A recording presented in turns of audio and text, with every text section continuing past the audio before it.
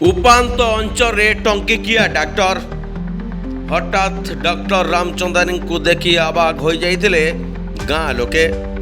बरगढ़ जिला विजेपुर निर्वाचन मंडली अंतर्गत गाईसिलेट ब्लॉक कोटाबाल ग्राम पंचायत दुर्गम और आदिवासी अदूषित जुबाखोल ग्राम ठारे हठात पहुंची डाक्तर रामचंदानी।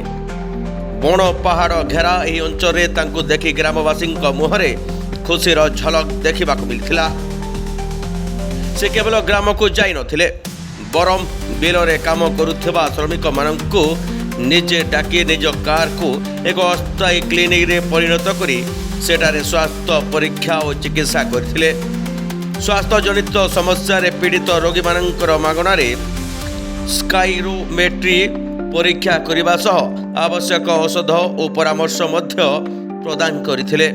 परे ग्राम मध्य एक साधारण खटिया बसी प्राय 25 ରୁ 30 जन रोगी को चिकित्सा करी मागणा औषध प्रदान करथिले। चिकित्सा समय डाक्तर सरलता आंतरिकता और सेवा भाव समस्त हृदय किणी पारिथिले। मात्र 1 टंकार चिकित्सा सेवा जोगाई लक्ष लक्ष रोगी आशीर्वाद लाभ करिथिबा डाक्तर रामचंदानी एही नीरव सेवा तांकु केवल ओडिशा नुहे सारा देश में एक स्वतंत्र परिचय दे पारिछि।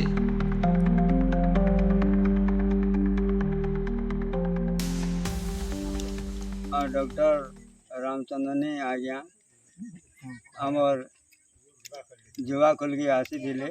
मुझे जड़े श्वास पेशेंट है।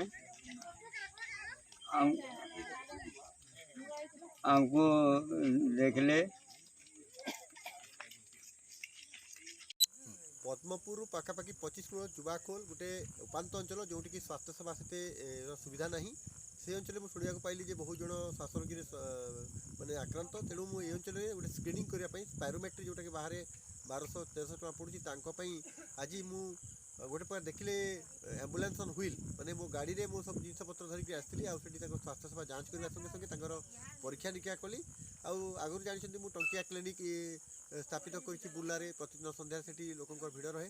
तो जेहेतु मु ये अंचल छुआ पद्मपुर अंचल मो घर माँ स्वप्न को साकार करने एमती उपात अंचल जा कि बिल में जाकि चाषी मानकर इसीजी करुच्ची स्पायरोमेट्री करुच्ची दरकार पड़े एवं भेंटिलेटर सुविधा प्रोवाइड कर तो यह जारी रहा आगक सेवा को आहरी प्रशस्त कर भाव में उपात अंचल लोक